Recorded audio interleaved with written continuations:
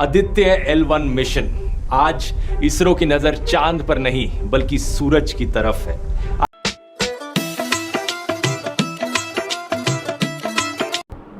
Hello दोस्तों, सत श्री अकाल, नमस्ते, अस्सलाम वालेकुम, वेलकम बैक। उम्मीद है आप सब ठीक होंगे। मेरा नाम है अबूदर गिल और मेरा नाम है वकास। तो दोस्तों, आप सबको पता है कि चंद्रयान मतलब कि सफलता हासिल कर चुका है। इंडिया ने जो अपना चांद पर एक मिशन भेजा था, तो अब उसी के चलते हुए इंडिया ने एक और सफलता हासिल करने की मतलब कि कोशिश करनी स्टार्ट कर दी है, जिसमें वो क्या आदित्य L1 के नाम से एक नया मिशन जो सूरज पे भेजेगा और उसके ऊपर सर्च स्टार्ट करेगा। तो देखते हैं इंडिया इसके अंदर सफलता हासिल कर सकता है, वो जा सकता है वहाँ पे, क्या करेगा। और उनका मिशन तो यही है कि वहाँ पे एक जो है ना, वो उनके अंदर तो नहीं जा सकते, लेकिन ये एक इर्द गिर्द जो है वो गर्दिश करेगा। 5 साल तक मेरा ख्याल वो ना उसकी जानकारी लेता रहेगा। तो देखते हैं कि इस चीज को देखते हुए पाकिस्तान को भी गैरत आती है कि नहीं, पाकिस्तान के हुक्मरानों को। तो चलिए वीडियो स्टार्ट कर देते हैं, लास्ट तक देखिएगा वीडियो, फिर लास्ट पर हम अपना रिएक्शन देंगे। तो चलिए वीडियो स्टार्ट करते हैं। स्टार्ट। नमस्कार दोस्तों, चंद्रयान 3 के ऐतिहासिक सक्सेस को 2 हफ्ते भी पूरे नहीं हुए, लेकिन इसरो एक बार फिर से इतिहास रचने जा रहा है। Aditya L1 mission. Aditya L1 ISRO की नजर चांद पर नहीं बल्कि सूरज की तरफ है। आइए समझते हैं इस मिशन को गहराई से आज इस वीडियो में। सूरज का तो ये देख कितनी तपश है, बैठे हुए गर्मी लग रही होती है। आदित्य L1 इंडिया का पहला मिशन है जो स्पेसिफिकली सूरज को स्टडी वो करेगा। लेकिन जैसे चंद्रयान चांद पर लैंड किया था, वैसे आदित्य सूरज पर लैंड नहीं करेगा, बल्कि दूर से ही सूरज को जांचेगा। इनफैक्ट ये स्पेसक्राफ्ट धरती के ज्यादा करीब होगा सूरज से मिशन के दौरान। स्पेसिफिकली कहा जाए, लॉन्च होने के बाद ये धरती से 15 लाख किलोमीटर दूर जाकर लगरांज पॉइंट L1 के अराउंड एक हेलो ऑर्बिट में घूमेगा। उस पॉइंट तक पहुंचने में इसे लॉन्च से करीब 4 महीने का समय लगेगा, और एक बार वहां पहुंच गया तो 5 साल तक ये वहीं रहकर सूरज को ऑब्जर्व करेगा। इसलिए सिर्फ एक स्पेसक्राफ्ट नहीं बल्कि एक स्पेस ऑब्जर्वेटरी भी है। अब सबसे पहला सवाल आपके मन में यहाँ पर आएगा कि आखिर ये लगरांज पॉइंट क्या होता है। लगरांज पॉइंट्स दोस्तों वो अनोखे पॉइंट्स हैं स्पेस में जहां पर 2 सेलेस्टियल बॉडीज का ग्रेविटेशनल फोर्स बैलेंस आउट करता है। सूरज और धरती को अगर हम यहाँ कंसीडर करें तो 5 लगरांज पॉइंट्स बनते हैं। स्क्रीन पर आप देख सकते हैं कि ये 5 लगरांज पॉइंट्स कहां पर लाए करते हैं। ये वो पॉइंट्स हैं जहां पर अगर हम कोई स्पेसक्राफ्ट भेजेंगे तो स्पेसक्राफ्ट का ऑर्बिटल मोशन, सेंट्रीफ्यूगल फोर्स धरती और सूरज के ग्रेविटेशनल फोर्सेस से कैंसिल आउट कर जाएगा। इसका फायदा क्या हुआ, हमें स्टेबिलिटी मिलती है। जो भी स्पेसक्राफ्ट हम लगरांज पॉइंट पर भेजेंगे, हमें ऑलमोस्ट कोई एफर्ट नहीं करना पड़ेगा उस स्पेसक्राफ्ट को उस पॉइंट पर बनाए रखने के लिए। स्पेसक्राफ्ट का फ्यूल बचेगा और वो स्पेसक्राफ्ट धरती की सन के अराउंड रेवोल्यूशन के साथ साथ घूमता रहेगा। इससे ज्यादा लंबे मिशंस भी किए जा सकते हैं। दूसरा फायदा है कंटिन्यूअस ऑब्जर्वेशन। लगरांज 1 यानी L1 पॉइंट का अगर हम एग्जांपल ले, यहाँ पर जो भी चीज हम वहां L1 पॉइंट पर भेजेंगे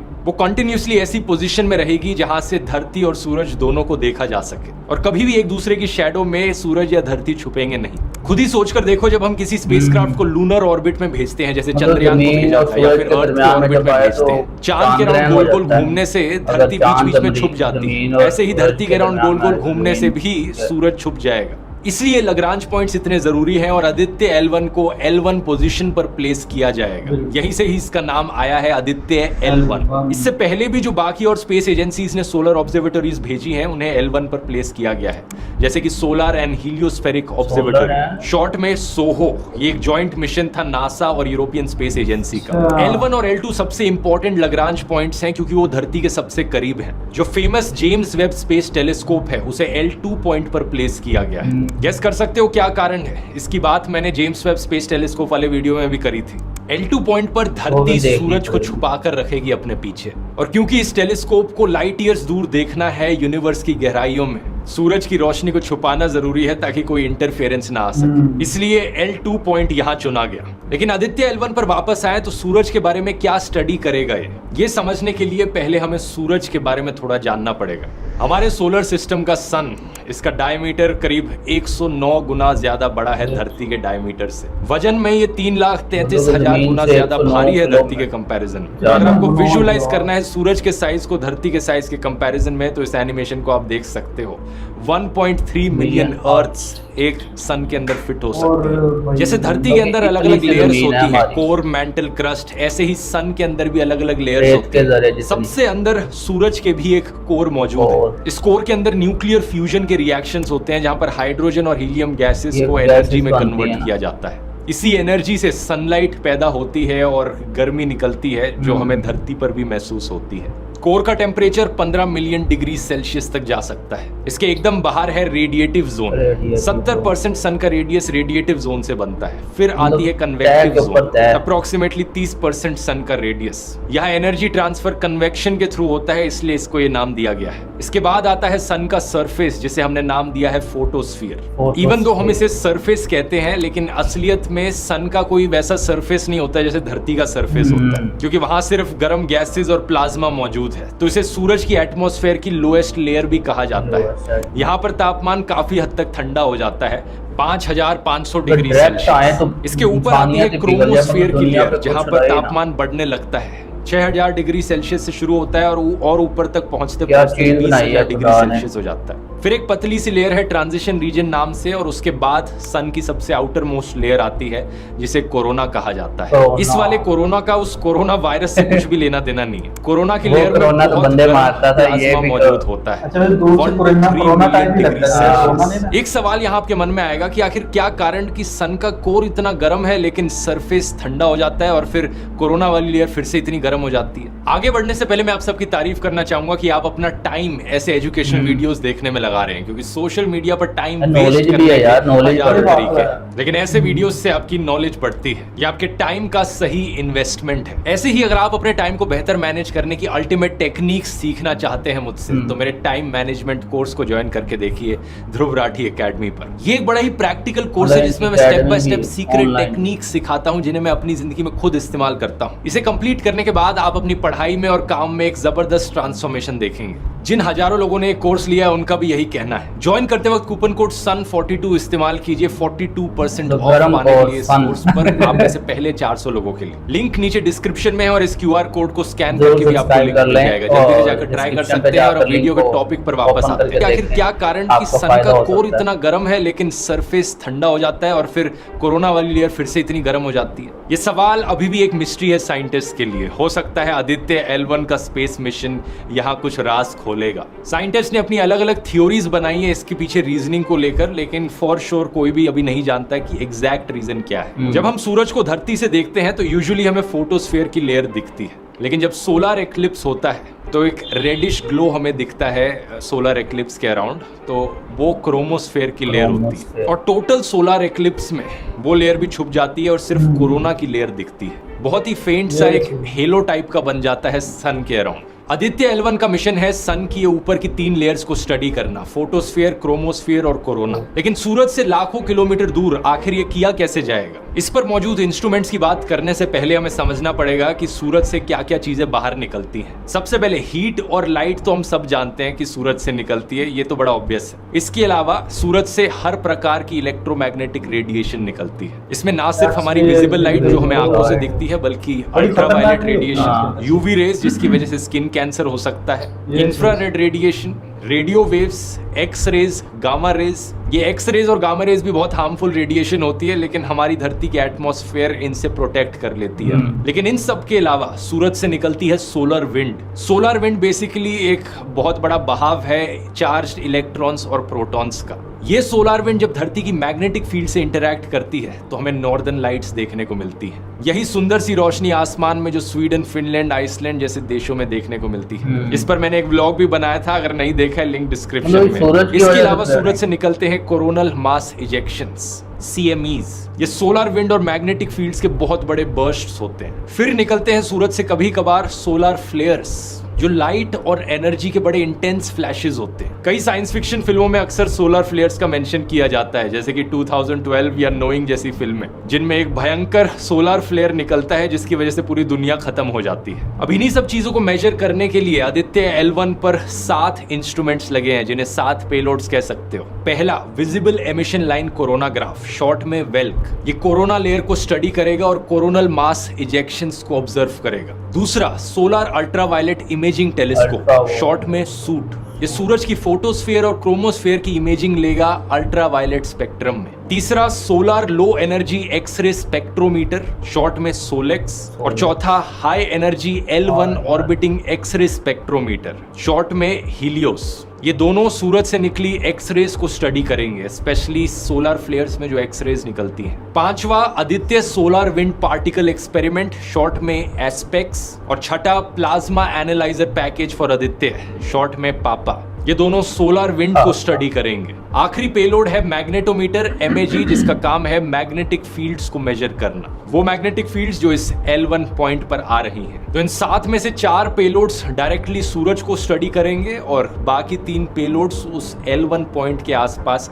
मेजरमेंट्स लेंगे। ये चीज अब आप समझ ही गए होंगे कि धरती से बाहर निकलना जरूरी है इन मेजरमेंट्स को लेने के लिए, क्योंकि धरती की एटमॉस्फेयर बहुत सारी रेडिएशन, एक्सरेज और अलग अलग चीजों को धरती के अंदर आने से रोकती है, जो कि इंसानों के लिए अच्छा है लेकिन एक्चुअली में स्टडी करने के लिए अच्छा नहीं। बाकी और सन की मिशंस की बात करी जाए तो साल 2018 में नासा ने पार्कर सोलर प्रोब लॉन्च किया था in collaboration with European space agency. इसका मकसद था सन की जो कोरोना की लेयर है उसके साथ डायरेक्ट कांटेक्ट बनाना। इसके अलावा एक सोलर ऑर्बिटर भी था जो नासा और ESA के द्वारा लॉन्च किया गया था 2020 में। सबका मकसद एक कि हम सूरज को बेहतर समझ पाए और स्पेशली सूरज से बाहर निकलने वाली जो हानिकारक रेज हैं इन्हें हम बेहतर समझ पाए। यहाँ अगर आप जानना चाहते हो कि सूरज से निकली अल्ट्रावायलेट रेज इतनी खतरनाक क्यों होती है इंसानों के लिए, तो इसे मैंने एक्सप्लेन किया है ओजोन होल वाले वीडियो में, यहाँ क्लिक करके आप देख सकते हो। बहुत बहुत धन्यवाद। तो दोस्तों आज की इस वीडियो को देखने के बाद मतलब कि नॉलेज में इजाफा हुआ, हमें भी इन चीजों का नहीं पता था। ध्रुवराठी की वीडियोस हम इसीलिए देखते हैं, और कोई इसमें रिएक्शन देने वाला इतना लॉजिक नहीं होता। लेकिन पहले बात तो ये है कि ये जो आदित्य L1 लॉन्च किया ना, पहली बात तो ये है कि हम मुबारकबाद देना चाहते हैं आप लोगों को, ठीक है। बहुत अच्छा मिशन है, पहले जो किया उसकी भी, चंद्रयान का भी। हाँ, तो इसके ऊपर सिर्फ इंफॉर्मेटिव होती है और हम इसके ऊपर इसलिए रिएक्शन बनाते हैं ताकि आपको भी, जिन लोगों के तक ये वीडियो नहीं पहुंची, ताकि हम हमारे जरिए उन तक पहुंच जाए और इंफॉर्मेटिव। देखिए अगर हमारे नॉलेज में ये हो रहा है, हम जैसे लोगों के अंदर मतलब हमें इस चीज का नहीं पता था, तो ये वीडियो देखकर हमें इन चीजों का पता चल रहा है। अब इंडिया इसको सर्च करेगा और इसको जो इसकी जब स्टडी होगी पूरी दुनिया में इसको देखा जाएगा, उसके ऊपर फिर दोबारा स्टडी लोग करने की कोशिश करेंगे। तो इससे दुनिया को आने वाले वक्तों में बहुत ज्यादा फायदा होने वाला है। जैसे एक ग्रीन एनर्जी से कैसे बनती है, सूरज से कौन सी रेज बनती हैं, और वो ये सब स्टडीज होंगी।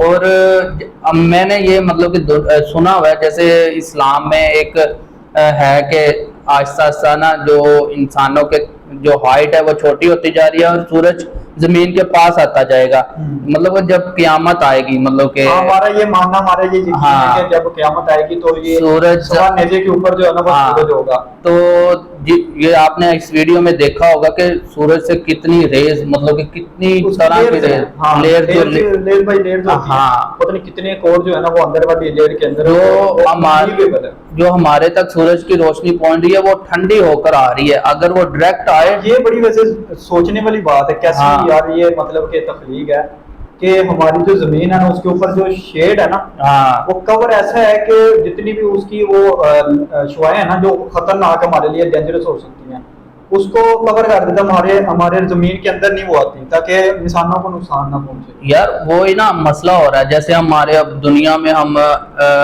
तरह तरह के तजर्बे कर रहे हैं इस धरती माँ के ऊपर, तो इससे एक मतलब कि जो भी जितनी भी वो गंदगी फैलती है और फिर वो आसमान के अंदर चली जाती है और वहां पर जाकर एक ऐसे बादल सा बनते जा रहे हैं जिसकी वजह से एटमॉस्फेयर चेंज होता जा रहा है। कहीं बारिश भी होती है, कई इलाकों में बारिशें इतनी हो रही हैं, जैसे अब लास्ट ईयर पाकिस्तान में हुई थी और इस ईयर में जो इस साल में 2-3 मंथ पहले जो है ना इंडिया में इतनी बारिशें हुई और पंजाब या मतलब ये लास्ट मंथ की बात है और अभी भी वहां पर जारी है ये सब मसला। और इसी के दौरान एक मतलब कि हमें सोचना पड़ेगा इन चीजों के ऊपर। बाकी मेन मकसद यही होता है कि और इसका क्या होता है मकसद कि आप जमीन से बाहर जाएं और कौन सा ऐसा मतलब कीड़ा है कि जाके चेक करें। ये इंडिया की मतलब कामयाबी है यार। ये जो मतलब के होती है ना कि डेंजरस, वो हमें पता चले कि सूरज के अंदर से कौन कौन से निकले और हम उनसे बचें कैसे। इस चीज के ऊपर हमें इंडिया को बहुत दाद देनी चाहिए कि वो दुनिया के लिए काम कर रहा है ताकि आने वाली जिंदगी को बचाया जा सके, या उसकी मतलब कि सूरज की या फिर चांद से जो भी आती हैं दुनिया के ऊपर रिएक्ट होती हैं शुआएं या रेज उसकी, तो उससे कैसे बच सकते हैं। जैसे अभी देखें मौसम की तब्दीलियां हो रही हैं, मौसम की तब्दीलियों की वजह से भी दुनिया के ऊपर बड़े मतलब कि कई कंट्रीज में इतना नुकसान हो चुका है, अभी इंडिया में भी हुआ है। तो इससे इंडिया बहुत ज़बरदस्त काम कर रहा है। और पाकिस्तान का क्या सोचे, मतलब कि पाकिस्तान में ऐसी स्टडी नहीं होती। पाकिस्तान में हमें ये बताया जाता है कि वहाँ पर इंडिया में मुसलमानों के ऊपर जुल्म और सितम हो रहा है, और अभी हमने चंद्रयान में देखा है कि वहाँ उस चंद्रयान के मिशन में मुसलमान साइंटिस्ट भी शामिल थे, और वो भी यंग।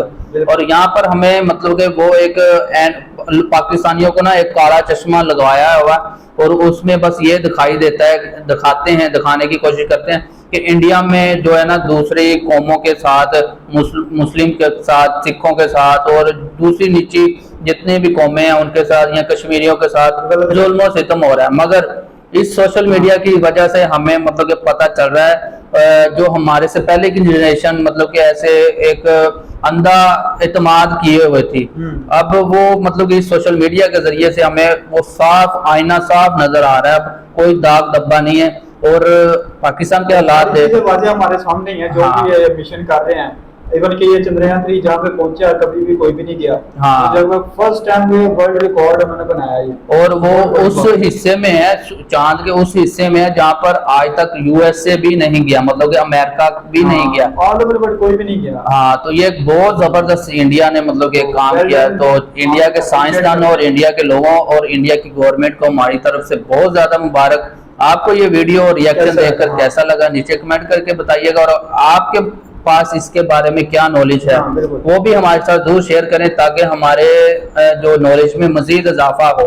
वीडियो अच्छी लगी तो जरूर शेयर करें, लाइक करें दोस्तों के साथ, और मतलब के चैनल को सब्सक्राइब करके साथ बेल आइकन को जरूर प्रेस कर लें, ताकि आपको हर वीडियो का नोटिफिकेशन मिल जाए।